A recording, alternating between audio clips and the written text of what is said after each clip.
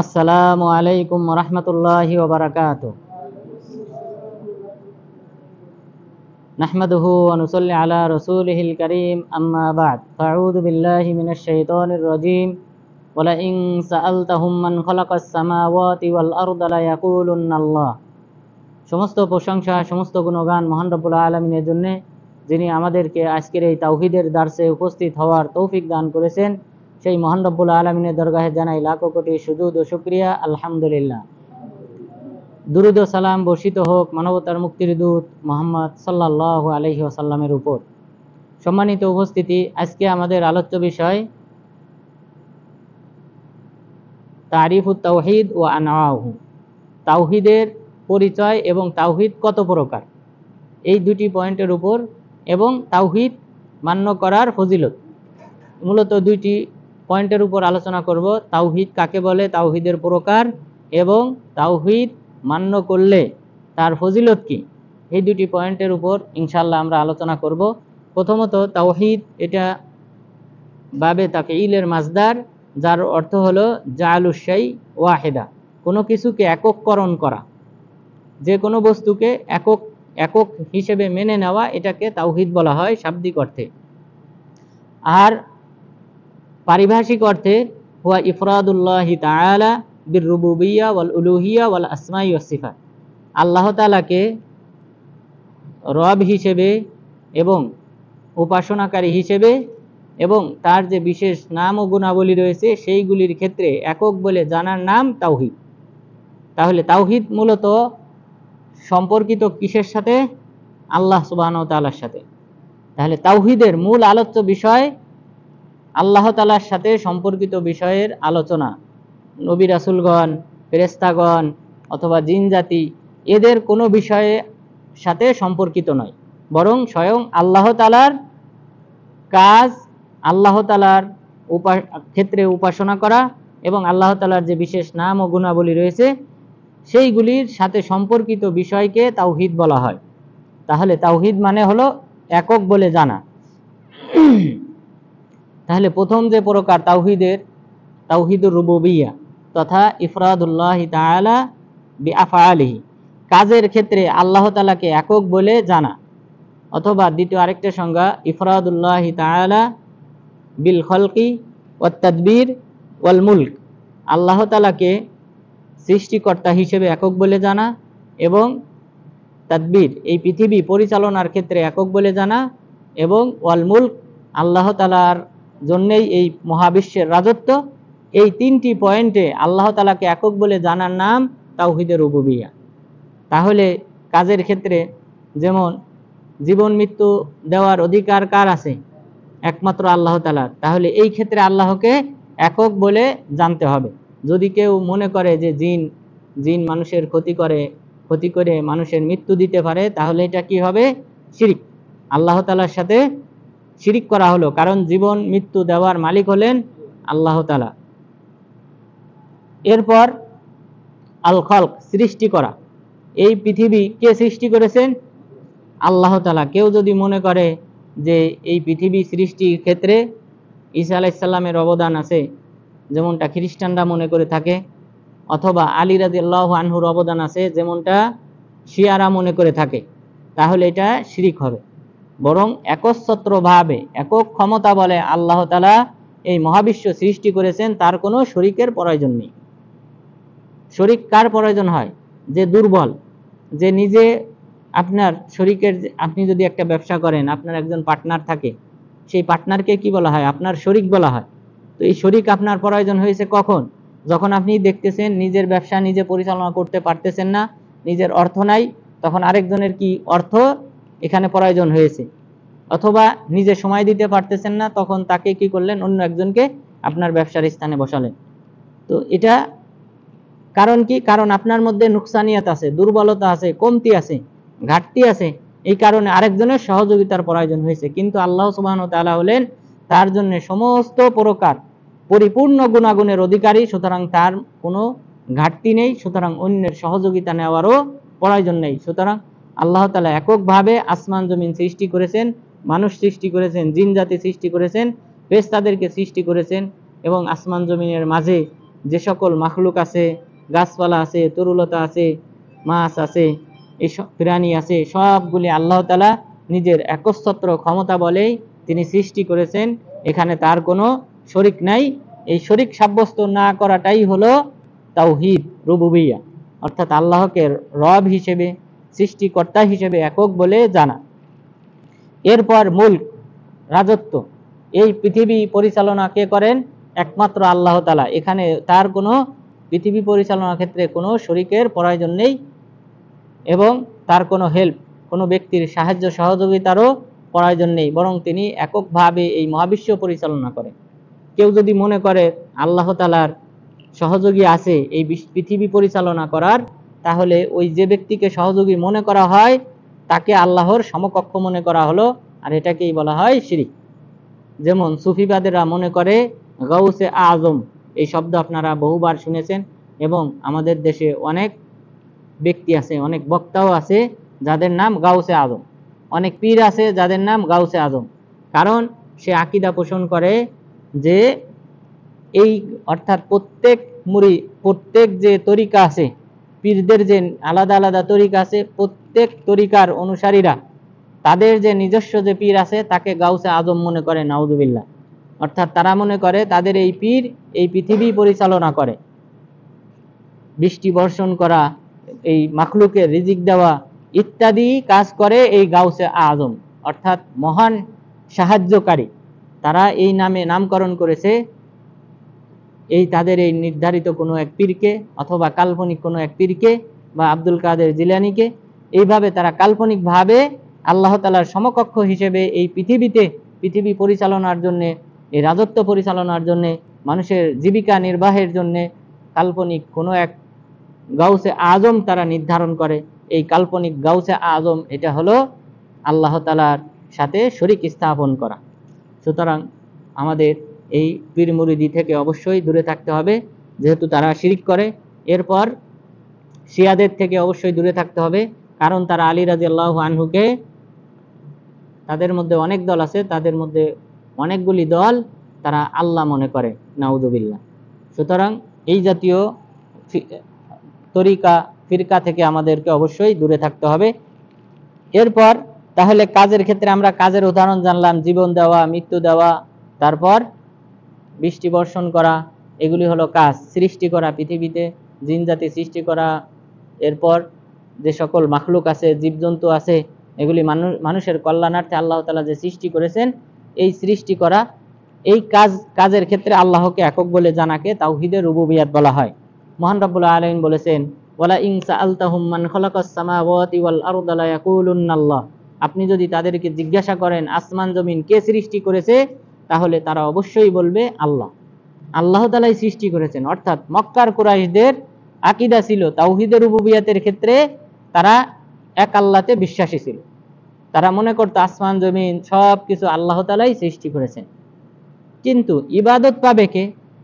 তখন এসে তারা শিরিক স্থাপন করেছে আল্লাহ তাআলার সাথে। কিন্তু সৃষ্টি করার ক্ষেত্রে তারা আল্লাহ তাআলার সাথে কাউকে শরিক করে নাই। তারা এই বিশ্বাস করত যে আল্লাহ তাআলাই বৃষ্টি বর্ষণ করেন, আল্লাহ তাআলাই তাদেরকে সৃষ্টি করেছেন, তাদেরকে জীবন দান করেন, মৃত্যু দান করেন। কিন্তু শিরিক করত দ্বিতীয় প্রকার তাওহীদ, তাওহীদে উলুহিয়্যাহ, তথা এক আল্লাহর ইবাদত করতে হবে, এই ক্ষেত্রে মানুষ শিরিক করত। তো তাওহীদের রুবুবিয়্যাতের ক্ষেত্রে আসলে শিরিককারী ইতিহাসে খুব কম পাওয়া যায়। যে তাওহীদের রুবুবিয়্যাত আল্লাহ তাআলা সৃষ্টিকর্তা এই কথা মানে না, এমন সংখ্যা ইতিহাসে খুব কমই আছে। ফিরাউন ছিল, ফিরাউন, নমরুদ, তারা অস্বীকার করেছিল যে আল্লাহ বলতে কেউ নেই। কিন্তু এরকম হাতে গোনা কয়েকজন বাদ দিলে বাকি সাধারণত যে কোনো ধর্মের লোকজন তারা কিন্তু এই বিশ্বাসটা করত যে আল্লাহ তাআলা আছেন এবং আল্লাহ তাআলা সৃষ্টি করেছেন। তারা হয়তো বিভিন্ন জন বিভিন্ন নামে ডাকে, কিন্তু তারা বিশ্বাস করত যে আল্লাহ তাআলা আছেন। কিন্তু বর্তমান যুগে যে নাস্তিক, তারা অস্বীকার করে যে আল্লাহ বলতে কেউ নাই, এই পৃথিবী এমনিতেই সৃষ্টি হয়েছে, এমনিতেই মানুষ জন্মগ্রহণ করে, এমনিতেই মারা যায়, এখানে কোনো সৃষ্টিকর্তার হাত নেই, নাউযুবিল্লাহ। এটা হলো বর্তমান নাস্তিকদের আকীদা। এটা থেকে অবশ্যই আমাদেরকে দূরে থাকতে হবে। এরপর তাওহীদের দ্বিতীয় প্রকার যে তাওহীদ, এটাই হলো সবচেয়ে ইম্পর্টেন্ট তাওহীদ। এই প্রকার তাওহীদ ছাড়া কোনো ব্যক্তি মুসলিম হবে না এবং কাফের মুশরিকদের দলভুক্ত হবে যদি কেউ এই প্রকার তাওহীদের ক্ষেত্রে ভুল করে। সেই তাওহীদ হলো তাওহীদে উলুহিয়া, অর্থাৎ ইবাদতের ক্ষেত্রে আল্লাহকে একক বলে জানা, ইফরাদুল্লাহি তাআলা বিল ইবাদা। ইবাদত করার ক্ষেত্রে আল্লাহকে একক বলে জানতে হবে, এককভাবে আল্লাহ তাআলার উপাসনা করতে হবে, অন্য কোনো মাখলুকের উপাসনা করলে শিরিক হবে। আর এই প্রকার তাওহীদ দিয়েই আল্লাহ তাআলা সমস্ত নবী রাসূলগণকে প্রেরণ করেছেন। অর্থাৎ এই প্রকার তাওহীদই হলো সবচেয়ে গুরুত্বপূর্ণ, কারণ প্রথম প্রকার তাওহীদ সাধারণত মানুষরা মানত, অন্যান্য ধর্মের অনুসারীরা তারা প্রথম প্রকার তাওহীদ মানত, কিন্তু এই দ্বিতীয় প্রকার তাওহীদে এসে শিরিক করত। তাহলে দ্বিতীয় প্রকার তাওহীদ আমরা জানলাম যে ইবাদতের ক্ষেত্রে আল্লাহ তাআলাকে একক বলে জানতে হবে। ইবাদত বলতে যে সকল কথা এবং কাজ, সেটা প্রকাশ্য হোক অপ্রকাশ্য হোক, আল্লাহ তাআলা পছন্দ করেন, সেটাকে কি বলা হয়? ইবাদত বলা হয়। তাহলে সেই সকল কথা কাজ আল্লাহ ছাড়া অন্য কারোর জন্য করা যাবে না। যদি করা হয় তাহলে সেটা শিরিক হবে। ইবাদত যেমন দোয়া করা, দোয়া করতে হবে, কোনো কিছু চাইতে হলে আল্লাহ তাআলার কাছে চাইতে হবে। যদি কেউ আল্লাহ ছাড়া অন্য কারো কাছে চায় তাহলে সেটা শিরিক হবে। কখন শিরিক হবে? যখন ওই বস্তুটা দেওয়ার মালিক নয়।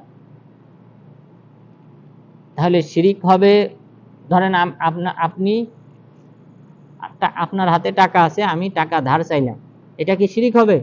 শিরিক হবে না, কারণ আপনার কাছে টাকা আছে, আপনি টাকার মালিক, আপনি এটা দিতে পারেন, আপনার এই সামর্থ্য আছে। যে বিষয়ে আপনার সামর্থ্য নাই সেই বিষয়ে যদি আপনার কাছে চাওয়া হয় তখন এটা কি হবে? শিরিক হবে। যেমন সন্তান দেওয়ার মালিক আপনি না, তো আপনার কাছে কেউ এসে বলল যে আপনি আমাকে সন্তান দান করেন, তাহলে তখন এটা কি হবে? শিরিক হবে। যেটা মানুষ করে থাকে, পীরের কাছে গিয়ে মানুষ সন্তান কামনা করে, নাউযুবিল্লাহ। তাহলে সন্তান দেওয়ার মালিক কে? একমাত্র আল্লাহ তাআলা। তাহলে যেই বিষয়ে ক্ষমতা নেই সেই বিষয়ে কোনো মাখলুকের কাছে চাইলে তখন সেটা শিরিক হবে। আর যে বিষয়ে দেওয়ার ক্ষমতা আছে মানুষের, মাখলুকের, সেই বিষয়ে চাইলে সেটা শিরিকের অন্তর্ভুক্ত হবে না। বৃষ্টি দেওয়ার মালিক আল্লাহ তাআলা, কেউ যদি পীরের কাছে বৃষ্টি চায়, অলির কাছে বৃষ্টি চায়, তাহলে সেটা শিরিক হবে। তাহলে যে বিষয় দেওয়ার ক্ষমতা আল্লাহ তাআলার আছে সেই বিষয় আল্লাহ তাআলার কাছে চাইতে হবে, অন্য কারো কাছে চাইলে তখন শিরিক হবে। তাহলে ইবাদতের মুখ্যল ইবাদা, ইবাদতের মূলই হলো দোয়া করা, চাওয়া। এই ক্ষেত্রে কাউকে শরীক করা যাবে না, কাউকে ওসিলা করা যাবে না, ওসিলা করলেও শিরিক হবে। এই প্রকারই মানুষ, আমাদের দেশের মানুষ শিরিক করে যে প্রকারে, সেটা হলো এই দোয়ার ক্ষেত্রে, যে দোয়ার করার ক্ষেত্রে অন্যকে ওসিলা করে। আব্দুল কাদের জিলানীর ওসিলায়, হে আল্লাহ তুমি আমার পাপ ক্ষমা করে দাও, হে আল্লাহ তুমি আমাকে সন্তান দান করো, এই জাতীয় কথা বলা। অথবা রাসূল সাল্লাল্লাহু আলাইহি ওয়াসাল্লামের কবরের কাছে এসে তাকে ওসিলা করে দোয়া করা, এটাই হলো শিরক। এই ওসিলার কারণেই কিন্তু রাসূল সাল্লাল্লাহু আলাইহি ওয়াসাল্লাম মক্কার কুরাইশদের সাথে যুদ্ধ করেছে, এই ওসিলার কারণে। কারণ মক্কার কুরাইশরাও জানতো যে এই মূর্তি এরা আমাদের কোনো উপকার করতে পারে না, বরং আমরা এদেরকে ওসিলা হিসেবে মানি, যে এরা আমাদের ওসিলা, এরা আল্লাহ তাআলার নৈকট্যশীল বান্দা বানাবে আমাদেরকে। তাহলে মক্কার কুরাইশদের যে শিরিক, বর্তমানে যদি কাউকে ওসিলা করে দোয়া করা হয় তাহলে সেই একই শিরিকে পতিত হবে। সুতরাং এই প্রকার শিরিক থেকে আমাদেরকে দূরে থাকতে হবে, বেঁচে থাকতে হবে। এই প্রকার যে শিরিক হবে তার অন্যতম উদাহরণ হলো যে ওমর রাদিয়াল্লাহু আনহু, তিনি তার সময়ে যখন দুর্ভিক্ষ দেখা দেয়, অনাবৃষ্টি দেখা যায়, অতি খরা দেখা দেয়, তখন তিনি আব্বাস রাদিয়াল্লাহু আনহুকে বললেন, আপনি যান সলাতুল ইস্তিসকা পড়ান। অর্থাৎ জানেন রাসূল সাল্লাল্লাহু আলাইহি ওয়াসাল্লাম অনাবৃষ্টি হলে তখন তিনি মানুষদেরকে সমবেত করে 2 রাকাত সালাত আদায় করতেন এবং বৃষ্টির জন্য দোয়া করতেন। পরে বৃষ্টি হতো। রাসূল সাল্লাল্লাহু আলাইহি ওয়াসাল্লাম মারা যাওয়ার পর ওমর রাদিয়াল্লাহু আনহুর যুগেও অনুরূপ অনাবৃষ্টি দেখা দেয়। তখন তিনি আব্বাস রাদিয়াল্লাহু আনহুকে বললেন, আপনি সালাত আদায় করেন আর বৃষ্টির জন্য দোয়া করেন। যেহেতু আপনি রাসূল সাল্লাল্লাহু আলাইহি ওয়াসাল্লামের চাচা, আশা করা যায় আপনার দোয়া কবুল হবে এবং বৃষ্টিপাত হবে। ঠিকই তাই হলো, বৃষ্টিপাত হলো। তো এখানে যদি ওসিলা করা জায়েজ হতো, যদি রসুল সাল্লাল্লাহু আলাইহি ওয়াসাল্লামকে তথা মৃত ব্যক্তিকে ওলিয়া উলিয়াকে ওসিলা করা যদি জায়েজ হতো, তাহলে উমর রাদিয়াল্লাহু আনহু তিনি এই কথা বলতেন, হে আল্লাহ, তুমি রসুল সাল্লাল্লাহু আলাইহি সাল্লামের ওসিলায় বৃষ্টি প্রদান করো। কিন্তু এই কথা বলেন নাই, কি করেছেন? আল্লাহ তাআলার কাছে প্রিয় ব্যক্তি এবং রসুল সাল্লাল্লাহু আলাইহি ওয়াসাল্লামের ঘনিষ্ঠ ব্যক্তি আব্বাস রাদিয়াল্লাহু আনহুকে কি বললেন, যে আপনি দোয়া করেন, আশা করি বৃষ্টিপাত হবে। তো এরকম রজুলুন সালেহ, সৎ ব্যক্তি যদি হয়, তার কাছে আপনি দোয়া চাইতে পারেন, এটা এক প্রকার ওসিলা, এটা জায়েজ। আরেক প্রকার ওসিলা জায়েজ, সেটা হলো যে আপনার যে ভালো আমল আছে, আপনি উমরা করেন, হজ করেন, তো আপনি ওসিলা করবেন যে আল্লাহ, আমি যে উমরা করেছি বা হজ করেছি, সেই উমরা বা হজের ওসিলায় তুমি আমার রিজিক বৃদ্ধি করে দাও। তাহলে সৎ আমলকে ওসিলা করে দোয়া করা জায়েজ। আরেকটা হলো আল্লাহ তাআলার যে সুন্দর সুন্দর নাম আছে, গুণাবলী আছে, সেইগুলির মাধ্যমে ওসিলা করা জায়েজ। ওয়ালিল্লাহিল আসমাউল হুসনা ফাদউহু বিহা, আল্লাহ তাআলার অসংখ্য সুন্দর সুন্দর নাম ও গুণাবলী রয়েছে, সুতরাং তোমরা সেই সকল নাম ও গুণাবলীর মাধ্যমে দোয়া করো। তাহলে আপনি বলবেন, হে আল্লাহ, আর রাজ্জাক, তোমার একটা নাম হলো রাজ্জাক, তোমার এই রাজ্জাক নামের ওসিলায় তুমি আমার রিজিক বৃদ্ধি করে দাও। হে আল্লাহ, তোমার একটা নাম হলো আল ওয়াহাব, ওয়াহাব মানে দাতা, দানবীর, তোমার এই নামের ওসিলায় তুমি আমাকে সন্তান দান করো, ছেলে সন্তান দান করো, মেয়ে সন্তান দান করো। তাহলে এইভাবে আল্লাহর নাম ওসিলা করে দোয়া করা জায়েজ। কিন্তু এই তিন প্রকার ছাড়া অন্য কোনো প্রকারের ওসিলা জায়েজ নয়, বরং এটা শিরিকের অন্তর্ভুক্ত, এটা পরিহার করতে হবে। এরপর এই তাওহীদে ইবাদত তথা ইবাদত যে আল্লাহর তাআলার জন্যই করতে হবে, অন্য কোনো মাখলুকের জন্য করলে শিরিক হবে। তার মধ্যে অন্যতম একটা যে শিরিক আমাদের দেশে করা হয় বা পীরদের ক্ষেত্রে ঘটে, সেটা হলো সিজদা করা। পীরের পায়ে তার মুরিদরা সিজদা করে, এই শিরিক আমাদের মাঝে, আমাদের দেশে প্রচলিত আছে। এটা বর্জন করতে হবে, কারণ সিজদা পাওয়ার যোগ্য একমাত্র আল্লাহ তাআলা, আল্লাহ তাআলাকেই সিজদা করতে হবে, কোনো মাখলুককে সিজদা করা যাবে না। সিজদা করলে, যেহেতু সিজদা হলো ইবাদতের একটা মূল, সালাতের মূল একটা রোকন হলো সিজদা করা, সুতরাং এটা পাওয়ার যোগ্য একমাত্র আল্লাহ তাআলা, কোনো মাখলুক যোগ্য না, এটা পরিহার করতে হবে। এরপর আমাদের দেশে আরেকটা যে শিরক করা হয় ইবাদতের ক্ষেত্রে, সেটা হলো পশু কুরবানি করা, মাজারে গিয়ে ওলির নামে পশু কুরবানি করা, এটা শিরকের অন্তর্ভুক্ত। পশু কুরবানি করতে হবে একমাত্র আল্লাহ তাআলার নামে। কুল ইন্না সলাতি ওয়া নুসুকি ওয়া মাহইয়ায়া ওয়া মামাতি লিল্লাহি রাব্বিল আলামিন। কুল, হে নবী আপনি বলুন, আমার সালাত এবং আমার কুরবানি, ওয়া মাহইয়ায়া ওয়া মামাতি, আমার জীবন মরণ একমাত্র বিশ্ব জগতের প্রতিপালক আল্লাহ তাআলার জন্য। তাহলে কেউ যদি বলে যে অলির নামে যদি কেউ পশু কুরবানি করে, তাহলে সে শিরিক করলো, কারণ আল্লাহ তাআলা বলেছেন পশু কুরবানি এবং সেই সাথে সালাত, অন্যান্য যে ইবাদত আছে সব শুধুমাত্র একমাত্র আল্লাহর সন্তুষ্টির উদ্দেশ্যে করতে হবে। কারণ আমরা প্রত্যেক নামাজে নফল বলেন, ফরজ বলেন, সুন্নত বলেন, সব নামাজে আমরা বলি ইয়াকা না'বুদু ওয়া ইয়াকা নাস্তাঈন, হে আল্লাহ, তোমার কাছেই একমাত্র তোমারই ইবাদত করি, একমাত্র তোমারই উপাসনা করি এবং তোমারই কাছে সাহায্য চাই। তাহলে চাইতে হবে আল্লাহ তাআলার কাছে, একমাত্র আল্লাহ তাআলার কাছে, এবং ইবাদতও করতে হবে একমাত্র আল্লাহ তাআলার জন্যে, তার সন্তুষ্টির উদ্দেশ্যে। অন্য কোনো মাখলুকের জন্য করলে সেটা শিরিকের অন্তর্ভুক্ত হবে। এরপর 3 নম্বর প্রকারের যে তাওহীদ, তাওহীদুল আসমাই ওয়াস সিফাত, আল্লাহ তাআলার সুন্দর সুন্দর নাম আছে, গুণাবলী আছে, সেগুলির ক্ষেত্রে একক বলে জানতে হবে। যেমন আল্লাহ তাআলার নাম সূরা ফাতিহাতে 5টি উল্লেখ করা হয়েছে। আলহামদুলিল্লাহ, লিল্লাহ, এখানে আল্লাহ শব্দ, এটা হলো আল্লাহ তাআলার একটা অন্যতম নাম, বিশেষ নাম, যে মাবুদ। আল্লাহ শব্দের অর্থ হলো মাবুদ, যিনি ইবাদত পাওয়ার যোগ্য। দ্বিতীয় নাম হলো আর রহমান, 3 নম্বর নাম আর রহিম। রহমান মানে দয়ালু, যিনি দুনিয়াতে কাফের মুসলিম সবার উপর দয়ালু। এরপরে আর রহিম, যিনি পরকালে মুমিনদের জন্য দয়ালু, কাফেরদের জন্য পরকালে কোনো প্রকার দয়া দেখানো হবে না। তাহলে তিনি হলেন পরকালে দয়ালু মুমিনদের জন্য। এরপর মালিক ইয়াউমিদ্দিন, মালিক, যিনি হলেন মালিক, বাদশা, এটাও আল্লাহ তাআলার একটা নাম।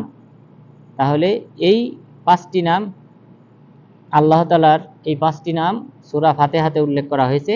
এছাড়াও আপনারা জানেন রাসূল সাল্লাল্লাহু আলাইহি ওয়াসাল্লাম বলেছেন, ইন্না লিল্লাহি তিসআ ওয়া তিসঈনা ইসমা মান আহসাহা দাখালাল জান্নাহ। আল্লাহ তাআলার 99টি নাম আছে, যদি কেউ মুখস্থ করে সে জান্নাতি। তাহলে আল্লাহ তাআলার এই নামগুলি আমাদেরকে কি করতে হবে?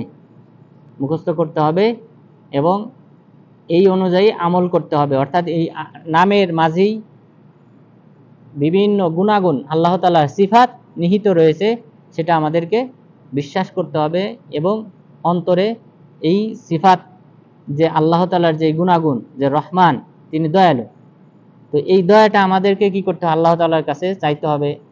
এরপর রহিম, করুণাময়, পরকালে করুণাময়, হে আল্লাহ তুমি পরকালে আমাদের উপর দয়ালু হও, আমাদেরকে জান্নাত প্রদান করো।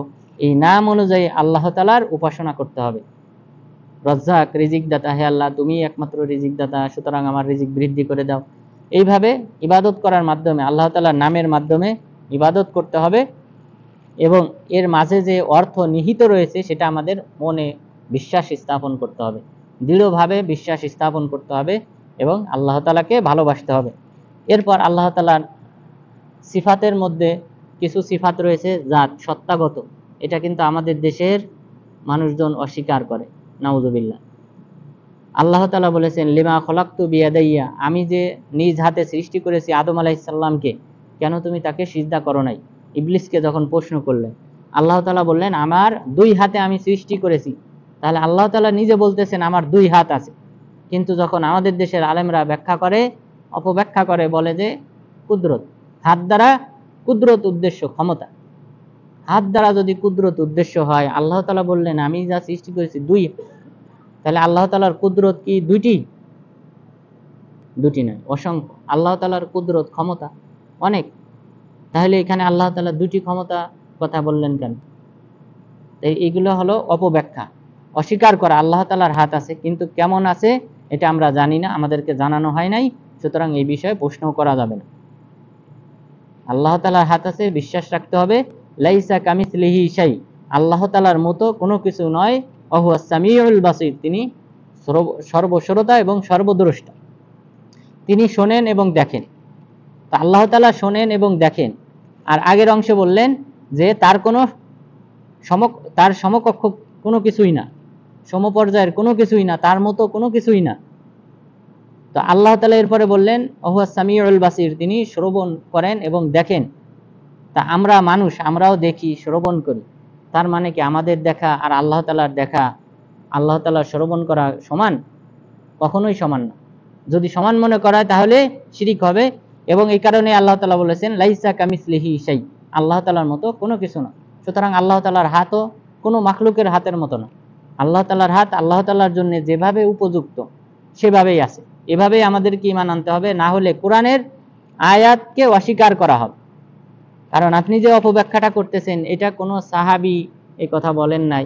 আল্লাহ তাআলা আদম আলাইহিস সালামকে হাত দ্বারা সৃষ্টি করেছেন, অর্থ কুদরত দ্বারা সৃষ্টি করেছেন।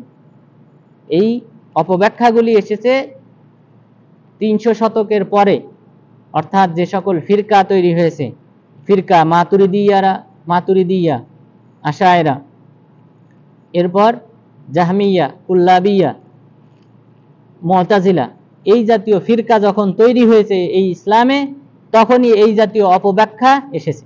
এর পূর্ববর্তী কোনো আলেম এই জাতীয় অপব্যাখ্যা করেন নাই। আপনারা জানেন আমাদের দেশে আকীদাগতভাবে ইমাম আবু হানিফা রাহিমাহুল্লাহকে অনুসরণ করা হয় না। ওখানে অনুসরণ করা হয় ইমাম মাতুরিদি, আবু মনসুর আল মাতুরিদিকে অনুসরণ করা হয় আকীদার ক্ষেত্রে। ফিকহি মাসালার ক্ষেত্রে ইমাম আবু হানিফা রাহিমাহুল্লাহ, আকীদার ক্ষেত্রে, অথচ ফিকহি মাসালার চেয়ে গুরুত্বপূর্ণ হলো আকীদা, সেই আকীদার ক্ষেত্রে অনুসরণ করা হয় মাতুরিদিকে, যিনি 333 হিজরিতে মারা গেছেন। তো আমরা জানি সময় যত গড়িয়েছে তত মানুষ ইসলাম থেকে আরো দূরে সরে গেছে। সময় যত গড়িয়েছে তত মানুষ ইসলাম থেকে, সাহাবাদের যুগ, স্বর্ণের যুগ, সেখানে কোনো ইখতিলাফ ছিল না, দ্বন্দ্ব ছিল না। এরপরে যত দিন গড়িয়েছে, তাবেই, এরপরে যত সময় গড়িয়েছে তত মানুষ দিন থেকে আরো দূরে সরে গেছে, ইসলামে অপব্যাখ্যা আরো বেশি শুরু হয়েছে। তাহলে কেন আমরা ওই ব্যক্তিকে অনুসরণ করব যে ব্যক্তি 333 হিজরিতে এসেছে, আর ইমাম আবু হানিফা রাহিমাহুল্লাহ 100-150 হিজরিতে মারা গেছেন? জন্ম হয়েছে 80 হিজরিতে, অর্থাৎ 80 হিজরিতে। তার মানে ইমাম যাহাবী রহিমাল্লাহ বলেছেন, ইমাম আবু হানিফা রহিমাল্লাহ আনাস বিন মালিক রাদিয়াল্লাহু আনহুকে দেখেছেন এবং এই সনদটা সহিহ, অর্থাৎ সেই হিসেবে তিনি তাবেঈ। তো যে ব্যক্তি তাবেঈ, সেই ব্যক্তিকে বাদ দিয়ে আপনি কেন 333 হিজরিতে আগত এক ব্যক্তিকে আপনি অনুসরণ করেন? কারণ ওই সময় এই তাওয়িল অপব্যাখ্যাগুলা করা হয়েছে। এই কারণে মাতুরিদিয়ারা হলো যে 73টি ফিরকা, সেই 73টি ফিরকার একটা অন্যতম ফিরকা।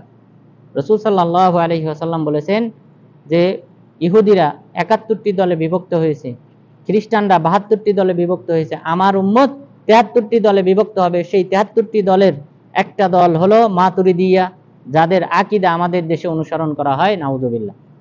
ইমাম আবু হানিফা রাহিমাহুল্লাহ তিনি যদি ফিকহি ক্ষেত্রে অনুসরণীয় হয়, তাহলে আকীদার ক্ষেত্রে তিনি আরো বেশি হকদার অনুসরণ করার। কারণ তাহলে কি ইমাম আবু হানিফা রাহিমাহুল্লাহর আকীদা সঠিক ছিল না?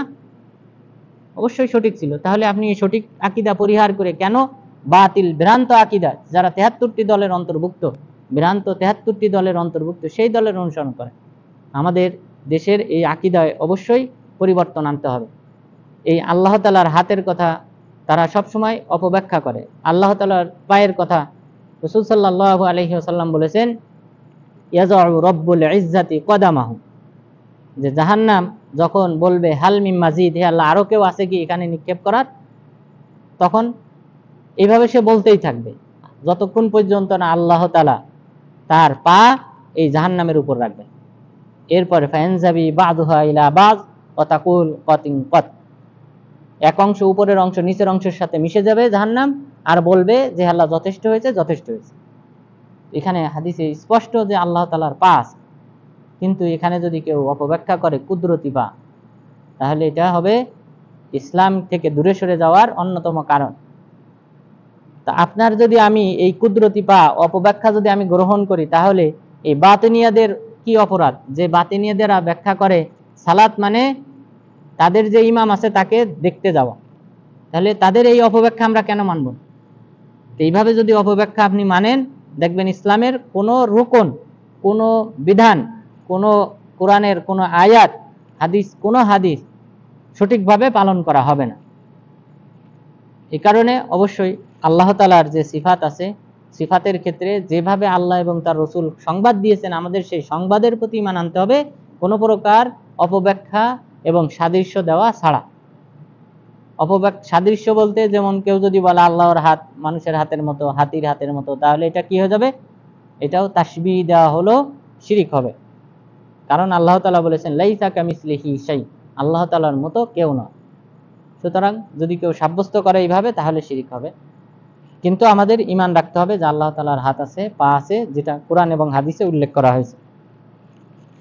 এরপর তাহলে আমরা তাওহীদ 3 প্রকার জানলাম: তাওহীদে রুবুবিয়্যাহ, উলুহিয়্যাহ, আসমাই ওয়াস সিফাত। কাজের ক্ষেত্রে আল্লাহ তাআলাকে একক বলে জানার নাম তাওহীদে রুবুবিয়্যাহ, আর ইবাদতের ক্ষেত্রে আল্লাহকে একক বলে জানার নাম তাওহীদে উলুহিয়্যাহ, আর আল্লাহ তাআলার নাম ও গুণাবলীর ক্ষেত্রে একক বলে জানাকে তাওহীদুল আসমাই ওয়াস সিফাত বলা হয়। এরপর এই যে আমরা 3 প্রকার যে আল্লাহ তাআলাকে একক বলে জানতে হবে এই কাজের ক্ষেত্রে, ইবাদতের ক্ষেত্রে, এরপর নাম এবং গুণাবলীর ক্ষেত্রে, সেগুলির কয়েকটি দলিল পেশ করব। মহান রব্বুল আলামিন বলেছেন, ওমা খলাকতুল জিন্না ওয়াল ইনসা ইল্লা লিয়াবুদুন, আমি মানুষ এবং জিন জাতিকে সৃষ্টি করেছি লিয়াবুদুন, লিওয়াহিদুন, যেন তারা আমাকে একক বলে জানে, একক বলে আমার উপাসনা করে, এজন্যই আমি মানুষ এবং জিন জাতিকে সৃষ্টি করেছি। তাহলে আল্লাহ ছাড়া অন্য কারো ইবাদত করা যাবে না। আর তরিকা মানতে হবে, ইবাদত করার পদ্ধতি মানতে হবে কার? রাসূল সাল্লাল্লাহু আলাইহি ওয়াসাল্লামের।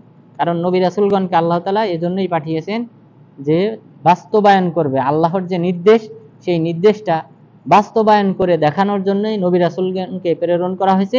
সুতরাং তাদেরকে অনুসরণ করতে হবে, এখানে তৃতীয় পক্ষের কোনো ব্যক্তিকে অনুসরণ করা যাবে না। এরপর মহান রব্বুল আলামিন বলেছেন, ওয়ালাকাদ বাআসনা ফি কুল্লি উম্মাতির রাসূলা আনি ইবুদুল্লাহা ওয়াজতানিবুত তাগুত, আমি প্রত্যেক উম্মতের কাছে, প্রত্যেক জাতির কাছে আমি নবী রাসূলগণকে প্রেরণ করেছিলাম একমাত্র আমার উপাসনা করার জন্য এবং তাগুতের উপাসনা পরিহার করার জন্য। তাগুত বলা হয় কুল্লু মা উবিদা মিন দুনিল্লাহ, আল্লাহ ছাড়া যারই উপাসনা করা হয় তাকে তাগুত বলা হয়। যেমন হিন্দুরা দেবদেবীর পূজা করে, রামের পূজা করে, তো তারা এই রাম হলো তাগুত, এরপর দেবদেবী এরা হলো তাগুত। এরপরে মুসলিমদের মধ্যে যারা পীর মুরিদি তরিকায় বিশ্বাসী তারা পীরকে উপাসনা করে। পীরের বানানো যে সকল আজকার আছে, জিকির, সেই জিকির পীরের দেখানো পদ্ধতিতে করে, সুতরাং এটাও শিরিকের অন্তর্ভুক্ত। কারণ শরীয়ত চলবে একমাত্র আল্লাহ তাআলার। আল্লাহ তাআলা যে সকল শরীয়ত দিয়েছেন, যে সকল জিকির করতে বলেছেন, সেই পদ্ধতিতে সেই জিকিরগুলি করতে হবে। কেউ যদি নতুন জিকির আবিষ্কার করে তাহলে এটা শরীয়ত প্রণয়ন ক্ষেত্রে আল্লাহ তাআলার সমকক্ষ মনে করা হলো এই পীরকে, তো এটাও শিরিকের অন্তর্ভুক্ত। সুতরাং এটাও আমাদেরকে পরিহার করতে হবে। তাহলে যে পীরের উপাসনা করা হয়, যেই পীরের পায়ে সিজদা করা হয়, সেও তাগুত। ইসলামী পরিভাষায় সেও তাগুত। এই তাগুতকে বর্জন করার জন্য আল্লাহ তাআলা নবী রাসূলগণকে প্রেরণ করেছেন। মাখলুকের উপাসনা পরিহার করার জন্যই আল্লাহ তাআলা নবী রাসূলগণকে প্রেরণ করেছেন। যুগে যুগে যখনই মানুষ শিরকে লিপ্ত হয়েছে, অন্যান্য তাগুতের উপাসনা শুরু করেছে, তখনই আল্লাহ তাআলা প্রয়োজন ভেদে নবী রাসূলগণকে প্রেরণ করেছেন।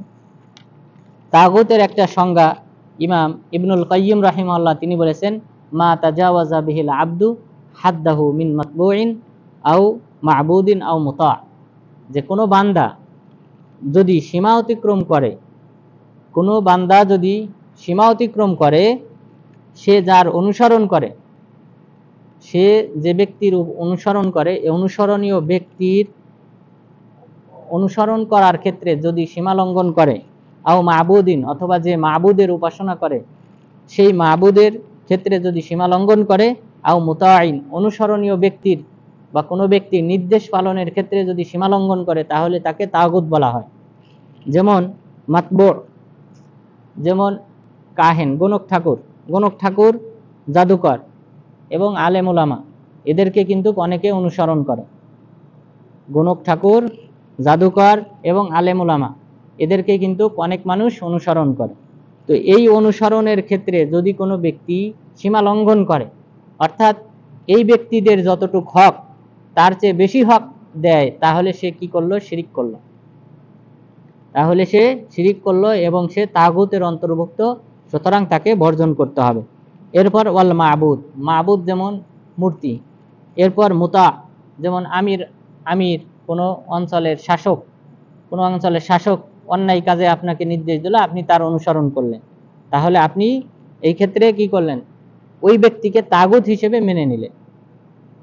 অর্থাৎ আপনারা জানেন এখন মুসলিম দেশ, অন্যান্য দেশেও একই অবস্থা, যে আইন প্রণয়ন করে যেটা কোরআন হাদিস বিরোধী, কোরআন হাদিসের সাথে স্বয়ং সম্পূর্ণভাবে সাংঘর্ষিক এমন আইন প্রণয়ন করে সরকার, তাকে যারা সাপোর্ট দেয়, যারা মনে সন্তুষ্ট হিসেবে মেনে নেয়, তারা এই তাগুতের পূজা করল।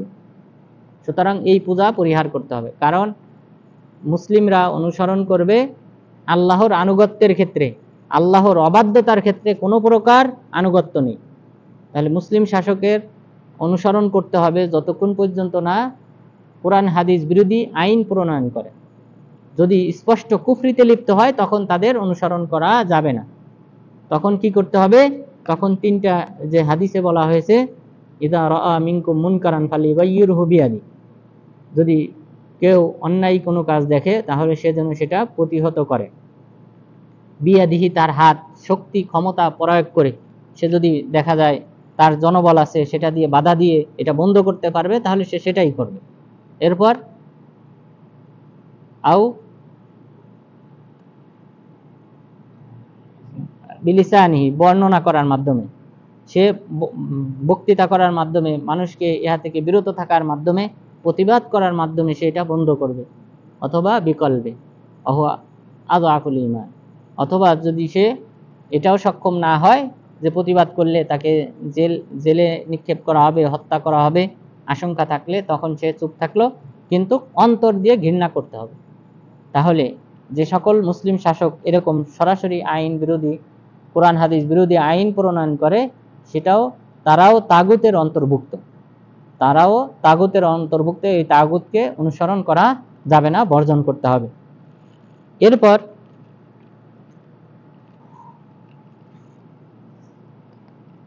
3 নম্বর যে দলিল যে এক আল্লাহ তাআলার উপাসনা করতে হবে, মহান রব্বুল আলামিন বলেছেন ওয়াকাদা রব্বুকা আল্লা তা'বুদু ইল্লা ইয়্যাহু ওয়া বিল ওয়ালিদাইনি ইহসানা।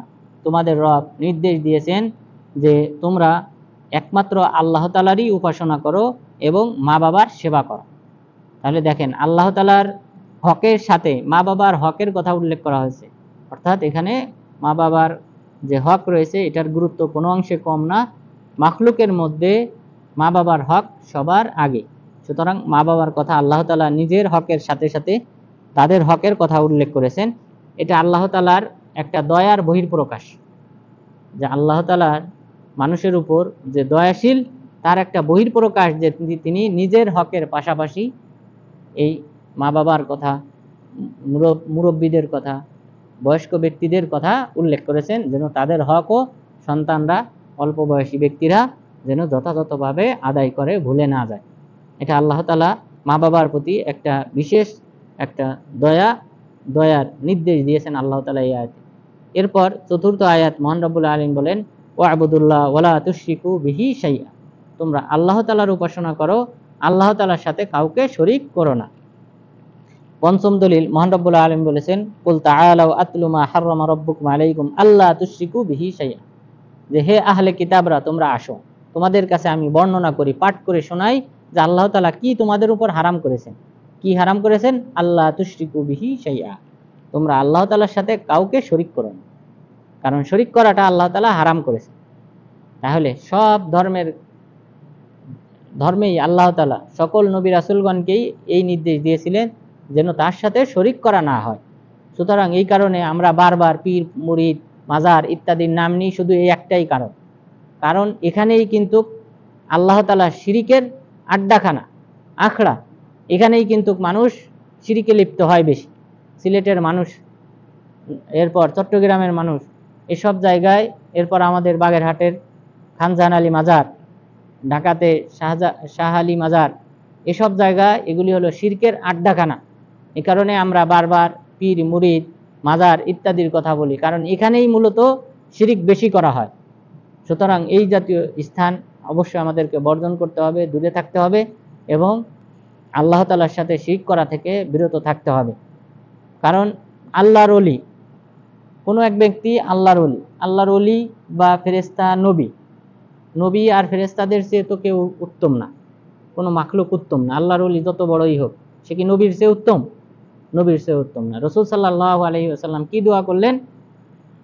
আল্লাহুম্মা লা তাজআল কবরি ওয়াসানান ইউবাদ। হে আল্লাহ, তুমি আমার কবরকে মূর্তির মতো বানিও না যেখানে উপাসনা করা হবে। তার মানে এই কারণে আলেমগণ বলেছেন যে বারবার জিয়ারত করা, যে ওখানে গিয়ে বারবার জিয়ারত করা কোনো কারণ ছাড়া প্রতিদিন জিয়ারত করা ইত্যাদি নিষিদ্ধ। কারণ এটাকে মূর্তির মতো নিয়মিত ইবাদত করার মতো একটা স্থান পরিণত করা হয়। এ কারণে সাহাবাগণ শুধুমাত্র জিয়ারত করতেন কখন? যখন যুদ্ধের ময়দান থেকে ফিরে আসতেন, হজ উমরা থেকে ফিরে আসতেন, অর্থাৎ বাহিরের কোনো সফর থেকে ফিরে আসতেন, শুধুমাত্র তখন রাসূল সাল্লাল্লাহু আলাইহি সাল্লামের কবর জিয়ারত করতেন। তো রাসূল সাল্লাল্লাহু আলাইহি সাল্লাম কবর জিয়ারত করতে নিষেধ, এখানে বারবার যেতে, এখানে যেন মানুষ উপাসনা না করে, এই দোয়া করেছেন। তো সেখানে অন্যান্য ওলির কবর, মাজার ইত্যাদি এগুলি হলো আরো খারাপ স্থান, এর চেয়ে আরো নিম্ন স্থান। সুতরাং এগুলি আমাদেরকে বর্জন করতে হবে। এই মাজার পূজা ইত্যাদি থেকে আমাদেরকে অবশ্যই দূরে থাকতে হবে, কারণ এখানেই আল্লাহ তাআলার অবাধ্যতা বেশি করা হয়। এরপর সপ্তম দলিল যে একমাত্র আল্লাহ তাআলার উপাসনা করতে হবে। মুআজ বিন জাবাল রাদিয়াল্লাহু আনহু বলেন, আমি রাসূল সাল্লাল্লাহু আলাইহি ওয়াসাল্লামের পিছে ছিলাম, তার সওয়ারি গাধার পিছনে ছিলাম। এরপর রাসূল সাল্লাল্লাহু আলাইহি ওয়াসাল্লাম বললেন, ইয়া মুআজ আতাদরি মা হাক্কুল্লাহি আলাল ইবাদ। হে মুআজ, তুমি কি জানো আল্লাহর কি হক রয়েছে বান্দার উপর, অর্থাৎ বান্দাদের কি করণীয় রয়েছে আল্লাহ তাআলার জন্য, তুমি কি তা জানো? এরপরে বললেন, ওমা হাক্কুল ইবাদি আলাল্লাহ, আর তুমি কি জানো যে বান্দার কি হক রয়েছে আল্লাহ তাআলার উপর, অর্থাৎ আল্লাহ তাআলা বান্দাকে কি প্রতিদান দান করবেন সেটা কি তুমি জানো? মুআজ রাদিয়াল্লাহু আনহু বললেন, আল্লাহ এবং আল্লাহ রাসূল ভালো জানে। তখন তিনি বললেন, হাক্কুল্লাহি আলাল ইবাদ আইয়াবুদুহু ওয়া লা ইউশরিকু বিহি শাইআ। আল্লাহ তাআলার হক হলো যে মানুষের একমাত্র তার ইবাদত করবে, তার সাথে কাউকে শরীক করবে না।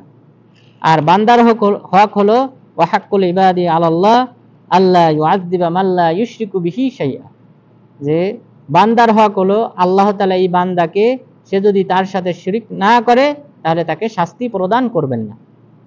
তাহলে স্পষ্ট, কেউ যদি এককভাবে আল্লাহ তাআলার উপাসনা করে তাহলে সে জান্নাতি, কারণ তাকে আল্লাহ তাআলা কখনোই শাস্তির সম্মুখীন করবেন না।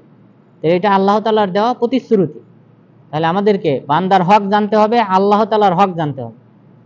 আল্লাহ তাআলার হক হলো একচ্ছত্রভাবে একনিষ্ঠতার সাথে আল্লাহর উপাসনা করতে হবে, শরীক করা যাবে না। আর বান্দার হক হলো আল্লাহ তাআলা তাকে কখনোই শাস্তি দেবেন না।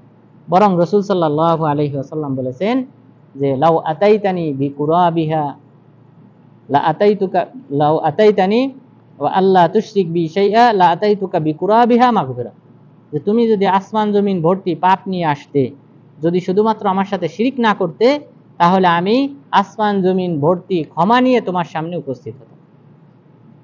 তাহলে আল্লাহ তাআলা সব পাপ ক্ষমা করে দিবেন, শিরিকের গুনাহ ক্ষমা করবেন না।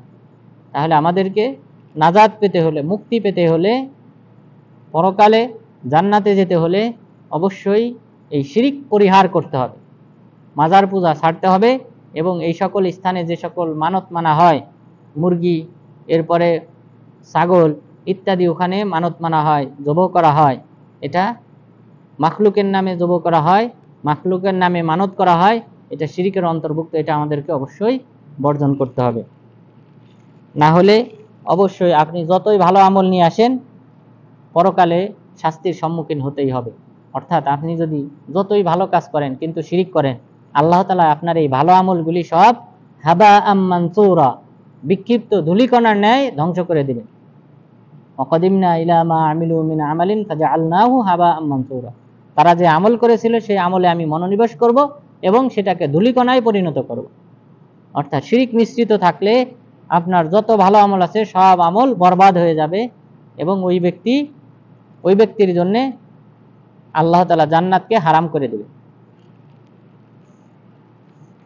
এরপর আমরা কয়েকটি হাদিস উল্লেখ করব শুধুমাত্র সংক্ষেপে, যে যদি কোনো ব্যক্তি তাওহীদ পালন করে, তাওহীদের উপর অটল থাকে, তাহলে তার ফজিলত কি। রাসূল মহান রব্বুল আলামিন প্রথমে বলেছেন আল্লাযীনা আমানু ওয়া লাম ইয়ালবিসু ঈমানাহুম বিযুলমিন উলাইকা লাহুমুল আমনু ওয়া হুম মুহতাদুন, যারা ঈমান আনয়ন করেছে এবং তাদের এই ঈমানের সাথে শিরিকের সংমিশ্রণ করে নাই, উলাইকা লাহুমুল আমন, তাদের জন্যই হলো নিরাপত্তা, ওয়া হুম মুহতাদুন, তারাই হলো হিদায়াত প্রাপ্ত। তাহলে পরকালে তারা নিরাপদ, কবরে তারা নিরাপদ, কবরে শাস্তি দেওয়া হবে না, হাসরের ময়দানে শাস্তি দেওয়া হবে না, তারা সেখানে নিরাপদ, তারা জান্নাতি হবে, আর তারাই হলো দুনিয়াতে হিদায়াত প্রাপ্ত ব্যক্তি। তাহলে ঈমানের সাথে কখনোই শিরিকের সংমিশ্রণ করা যাবে না, শিরিকে লিপ্ত হওয়া যাবে না, শিরিককে ঘৃণা করতে হবে, ইহা থেকে দূরে থাকতে হবে।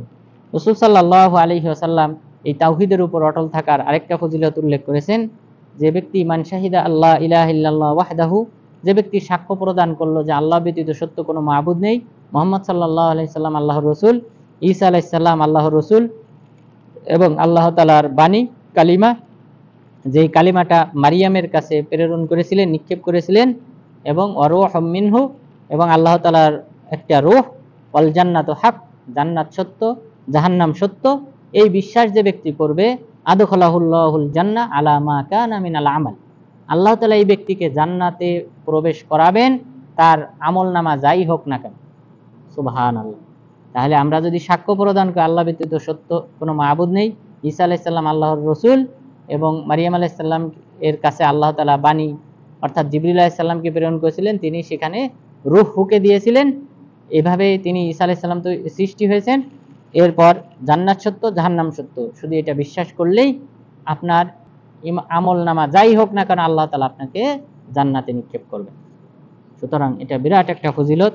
এরপর রাসূল সাল্লাল্লাহু আলাইহি ওয়াসাল্লাম আরো বলেছেন ইন্নাল্লাহা হারামা আলান নার মান ক্বালা লা ইলাহা ইল্লাল্লাহ, যে ব্যক্তি বলল আল্লাহ তাআলা ব্যতীত সত্য কোনো মাবুদ নেই এবং ইবাদত পাওয়ার যোগ্য একমাত্র আল্লাহ তাআলা, সেই ব্যক্তির জন্য আল্লাহ তাআলা জাহান্নামকে হারাম করে দিয়েছে। এরপর চতুর্থ দলিল মুসা আলাইহিস সালাম তিনি আল্লাহ তাআলাকে বললেন, হে আল্লাহ, তুমি আমাকে এমন একটা বাক্য শিক্ষা দাও যেই বাক্যের মাধ্যমে আমি সর্বদা তোমার জিকির করব, তোমার কাছে দোয়া করব। তখন বললেন যে লা ইলাহা ইল্লাল্লাহ বলো, যে তুমি বলো লা ইলাহা ইল্লাল্লাহ, আল্লাহ ব্যতীত সত্য কোনো মাবুদ নেই। মুসা আলাইহিস সালাম বললেন, হে আল্লাহ, এই বাক্য তো আপনার সব বান্দা করে, তা আমি তো একটা বিশেষ দোয়া চাই তোমার কাছে। তখন প্রত্যুত্তরে বলা হলো, লাউ আন্না সামাওয়াতি সাবআ ওয়া আমিরুহুন্না ওয়াল আরাদিনা আস-সাবআ ফি কিফা ওয়া লা ইলাহা ইল্লা কিফা মালাত বিহিন্না লা ইলাহা ইল্লাল্লাহ, যে 7 আসমান 7 জমিন এবং এর মাঝে যা কিছু আছে সব যদি একটা পাল্লায় রাখা হয় আর লা ইলাহা ইল্লাল্লাহ যদি এক পাল্লায় রাখা হয়, তাহলে মালাত বিহিন্না লা ইলাহা ইল্লাল্লাহ, লা ইলাহা ইল্লাল্লাহ তাহলে বেশি ভারী হবে এবং এই 7 আসমান 7 জমিন এটা হালকা হয়ে উঁচুতে উঠে যাবে। তাহলে এই পাল্লা, লা ইলাহা ইল্লাল্লাহর পাল্লা হলো বেশি ভারী, অর্থাৎ এটার গুরুত্ব যে এতই বেশি, আসমান জমিন এর মধ্যে যা কিছু আছে, সম্পদ যা কিছু আছে, এগুলি সব কিছুর চেয়ে মূল্যবান লা ইলাহা ইল্লাল্লাহ। এই কারণে রাসূল সাল্লাল্লাহু আলাইহি ওয়াসাল্লাম বলেছেন যে লা তুশরিক বিল্লাহ ওয়া ইন কুতি'তা ওয়া হুররিকতা, যে তুমি কখনোই আল্লাহ তাআলার সাথে শিরক করবে না, যদি তোমাকে কেটে টুকরো টুকরো করা হয়, আও হুররিকতা, অথবা যদি তোমাকে আগুনে পোড়ানো হয়, তবুও তুমি শিরক করবে না। কারণ এই লা ইলাহা ইল্লাল্লাহর উপর অটল থাকাটা, এটা হলো এই আসমান জমিন আপনার জীবন সব কিছুর চেয়ে বেশি মূল্যবান। আপনি হয়তো এখানে দুনিয়াতে হয়তো মারা গেলেন, আপনাকে পুড়িয়ে ফেলা হলো, কেটে টুকরো টুকরো করা হলো, কিন্তু পরকালে অনন্ত জীবন, সুখীময় জীবন, এটা চালু হবে আপনার মৃত্যুর পর থেকে নিয়ে। অর্থাৎ পৃথিবীতে হয়তো আপনি বেঁচে থাকলে হয়তো কত বছর পেতেন, 60 বছর 70 বছর বেঁচে থাকতেন, এখানে হয়তো কিছু দুনিয়াবি কষ্ট আনন্দ কিছুটা উপভোগ করতেন, কিন্তু স্থায়ী যে আনন্দ উপভোগ, যেখানে কোনো মৃত্যু নেই, এরপর আল্লাহ তাআলা জান্নাতে যে হুর তৈরি করে রেখেছেন, এরপর জান্নাতে যে সকল নিয়ামত রাজি তৈরি করে রেখেছেন, এগুলি অফুরন্ত, এগুলো কখনোই ফুরাবে না, আপনার ইচ্ছার সাথে সম্পর্কিত।